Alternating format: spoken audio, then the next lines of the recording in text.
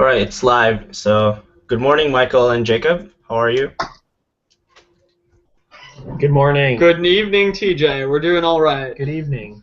Yep. So, this is like America to Philippines kind of documentary at the moment. So, let's start with the topic. Um, so, what is climate change to you guys?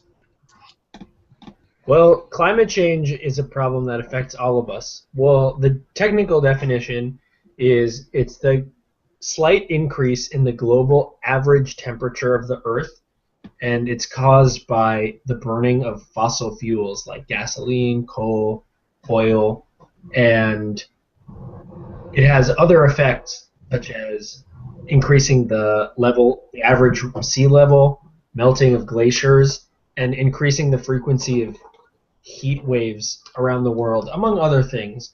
And that's what the problem that the world faces is. Very eloquent. I have nothing to add. Okay, so this question is for Michael. When did climate change start?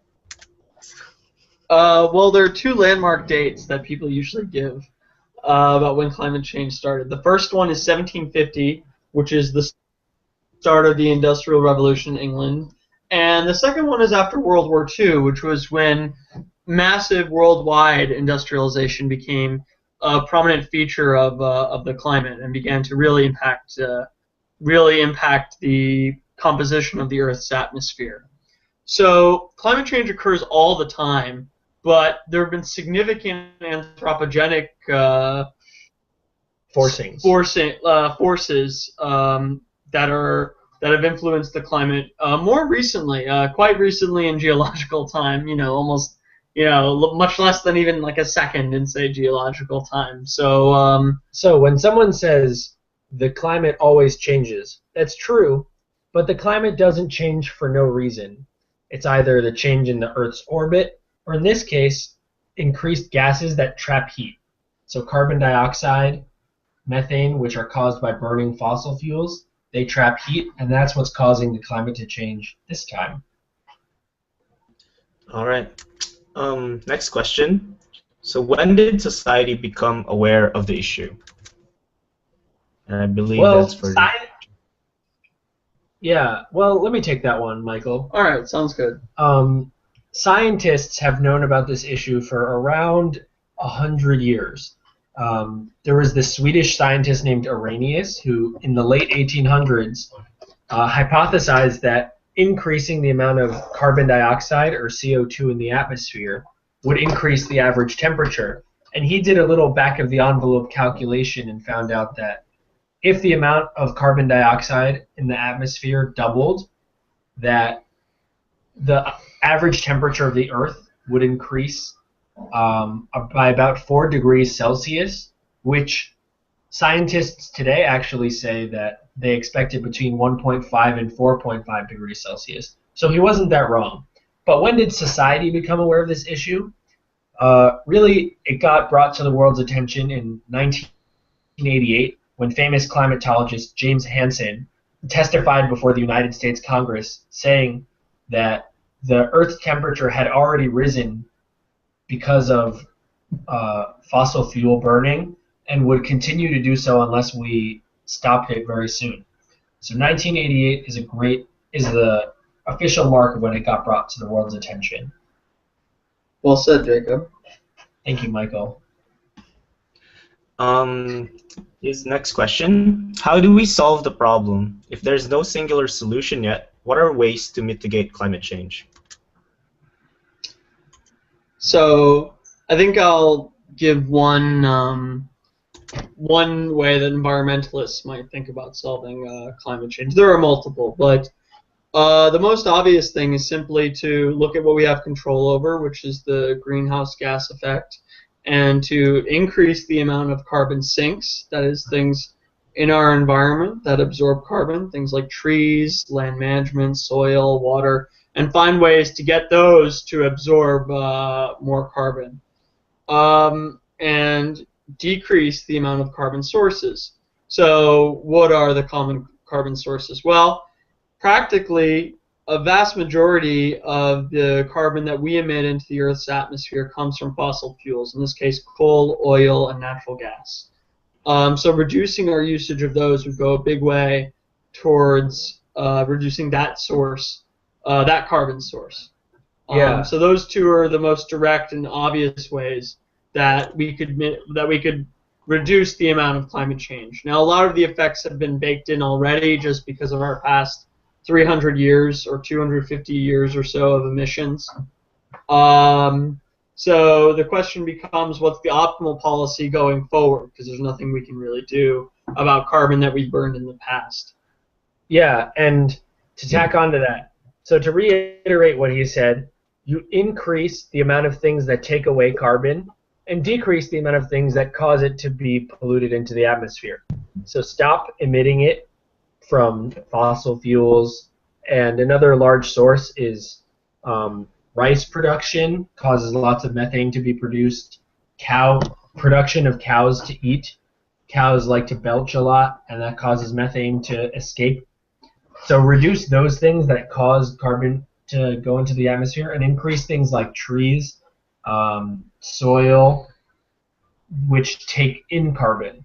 And there's 1,000 little ways that we could achieve those goals in either direction.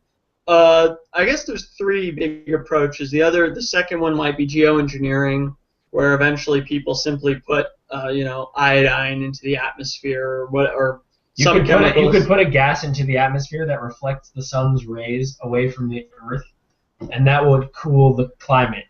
That's one theory that people have put out there, and nobody wants to try it yet, but it's not really off the table. So that's called geoengineering. And then there's a third thing called adaptation, which is climate change has a lag of about 50 years. So let's say we stopped polluting today, we would see the heat continuing to rise for 50 years. What does that mean? That means that we're going to have to do some things that help people who are already affected. So let's say that the average heat wave in the Philippines today is 3 days. In 20 years, it might be 7 or 8 days. So you need to make sure that the people are equipped with water, supplies, so that in case they're more affected, we can deal with the situations better. In case another disaster like Haiyan happens, we'll be better prepared to fight it next time, because we can't stop it, but we can react to it. So the three things are: stop causing the problem, address the way the problem is already going to happen, which is called adaptation, and then the third thing is geoengineering, which is try and restructure the way the world really works. Yeah, and so there's trade-offs with all of these. I mean, I don't know how much detail you want us to go into, but all of those, particularly geoengineering, have some big trade-offs when it comes to achieving other environmental goals like biodiversity. So, a question that we might want to ask ourselves, even when it comes to more moderate things like land management, is that do we want to turn, the Earth's biosphere into a carbon management system? And the answer is probably not, but that might be something that we have to do, depending on how bad things get. Now, if you look at what people are projecting, I think that, no matter what, one good policy might be something like terminating government insurance for people who live along the coastlines, because what that does is that incentivizes people to live in places that are going to get destroyed by climate change. So that's a policy where it's a win basically for everyone except the people who are living on the coastline. Yeah, so for example, in Florida, which has a very similar climate to the Philippines, the government gives people money, or the government helps pay for insurance for people who live on the beaches, which are very vulnerable to big storms. So the government can say, look, you can live there if you want to, but we're not going to pay for your insurance anymore. That way, some people will choose to leave, and the government will save money and can use it on other projects. Like mitigating climate, mitigating climate change. Right. So the idea is that you should use not only the technological things like solar energy, which would make us have the same amount of electricity, but not get it from coal or oil. So you use those like technological advances, but you also make sure to remove people from dangerous areas, keep them safe. It's a two-step approach. Now this gets controversial because of the nation states that we live in. So what would it mean, for instance, to evacuate the Maldives or many of the smaller Philippine islands is something that I think policymakers are really going to have to grapple with in the next 50 years. And it seems to me that there's no really easy solution to these problems. Because it might be cheaper to tell all of the Filipino people living in one small island that will be flooded because of sea level rise. It might be easier or cheaper to say, we will build you all new houses in Luzon. But maybe they don't want to leave, or maybe the people in Luzon don't want the other islanders coming. I mean, there's just a lot of issues, aspects to this that are being raised when it comes to adaptation.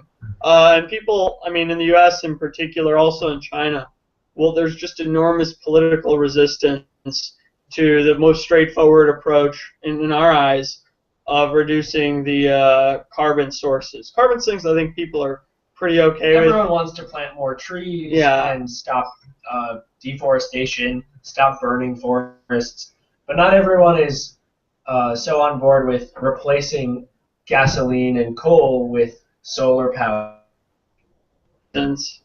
Which would be, so when it comes to making the basic load for cities, you know, nuclear is a pretty clear winner, but that's something that I think a lot of people are not just not on board with, because, you know, you're trading one kind of risk for another, and so that's pretty much the climate change calculus. So to sum up what we said, because we said a lot of stuff, essentially there's three main things you can do. One of them is called mitigation, which means making the problem less bad. The way you do that is you increase the things that take away carbon dioxide, and you decrease the things that emit it into the atmosphere, like fossil fuels. The second thing is adaptation, which is dealing with the problems that we already have. So stop building houses next to the ocean. Stop building houses next to places that have forest fires. Or help people, if the sea level is rising, build a wall to protect them. Maybe don't have your houses so far apart. So an easy one like is density policy. Yeah, you know. And the last thing is geoengineering, which nobody is really talking about right now, but that's like putting a bunch of mirrors outside of the orbit of the Earth, which reflect back into space some sunlight, and that will counteract the effect. You know, this could be something that's done in the case of an emergency, or a lot of scientists are talking about it, but no one in the public is talking about it. So, is this really possible, or it's just like science fiction for geoengineering at the moment? Like, even for the US, like your technology? Well, actually, it's much more likely that a country like the Maldives would undertake.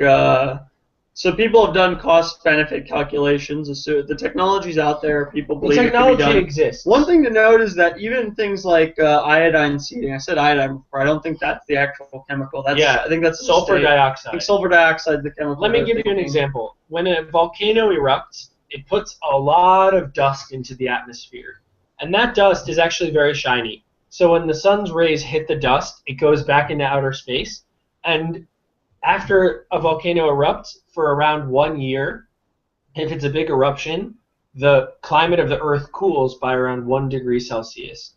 So there was a big volcanic eruption, I think from the Philippines in 1993, where the whole temperature of the Earth decreased by 1 degree for 1 year. So what scientists are thinking is purposely spray those same chemicals into the atmosphere to reduce the temperature and settle things. It's more like a Band-Aid. It's not a long-term fix.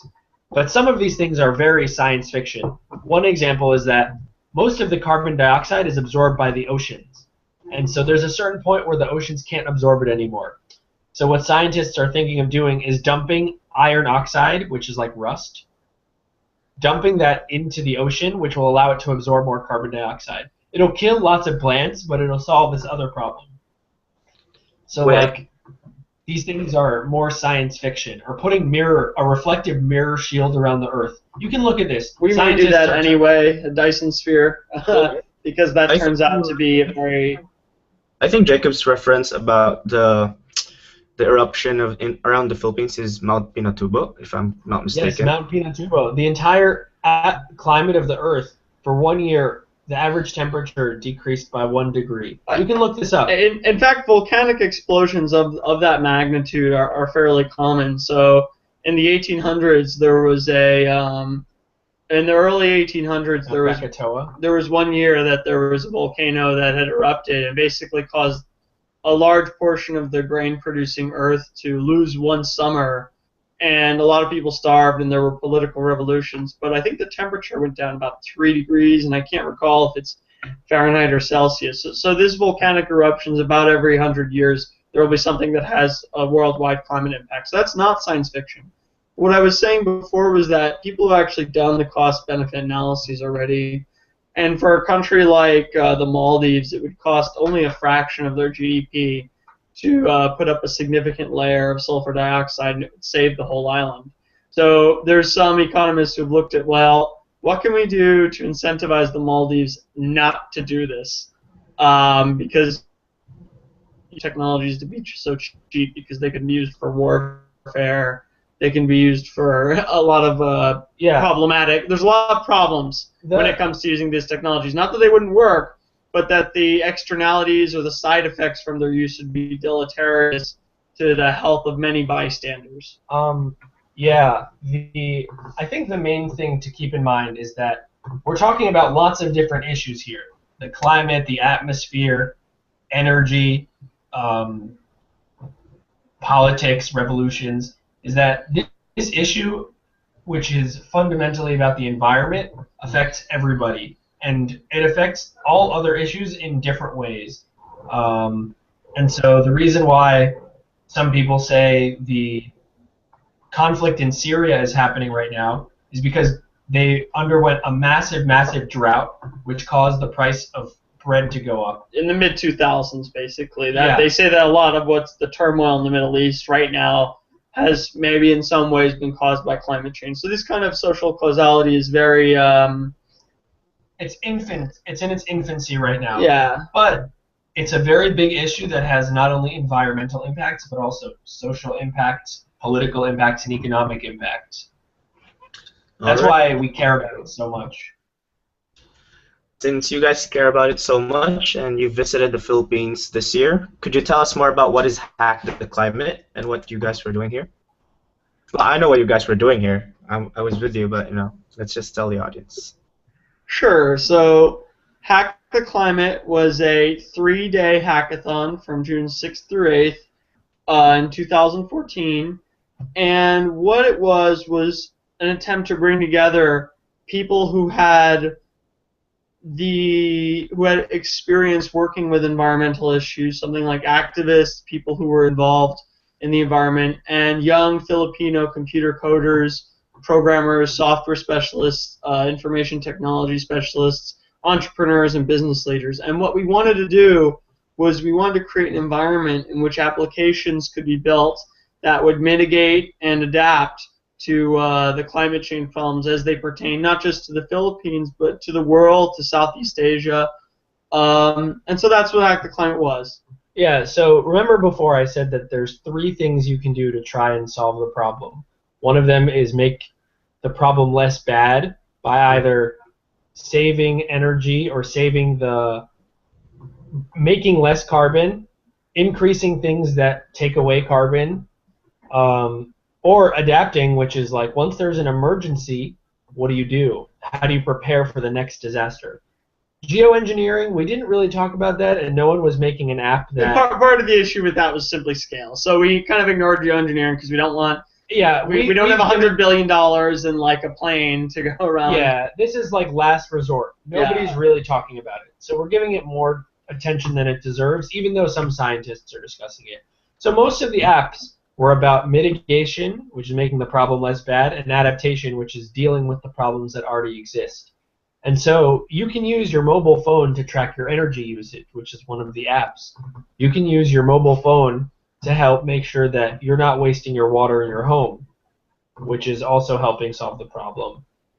And on the other side, the adaptation, I saw your bomb application. There was also Tanow, which is helping people once there's a problem, how can we adjust, right? Like the government needs to make a policy, but what can we use these apps for to help? That was the idea. And also to raise awareness about this issue. Yeah, so a lot of the applications were just like raising awareness and video games for children. Like people who hadn't even thought about climate change before and the tiny impacts they might have on it, and maybe now think about that and try to live in more environmentally conscious ways.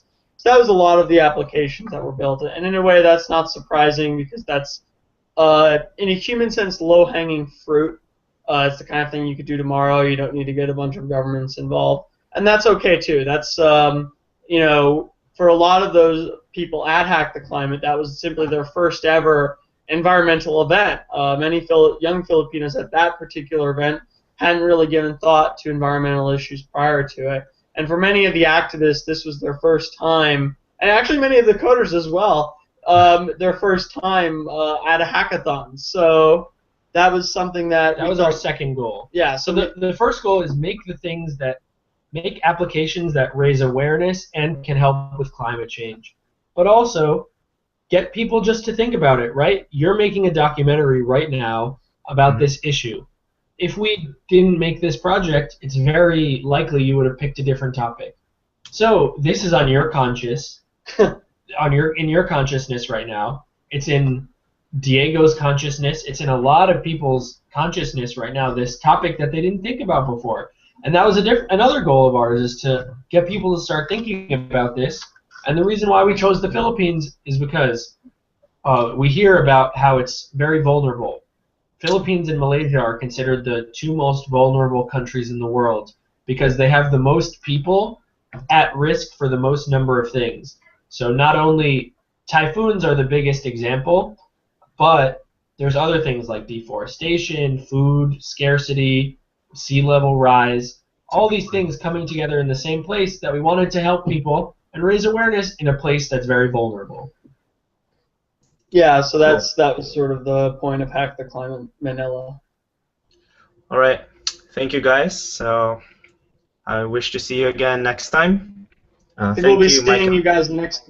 Yeah, I think we'll be seeing you next week. Or now, after this weekend, we'll be saying this weekend. I think we're going to have a little talk at 9 o'clock. So to talk about what we've been doing on Hack the Climate Cebu. Nice. So I'll stop the broadcast now. So here we go. Stopping.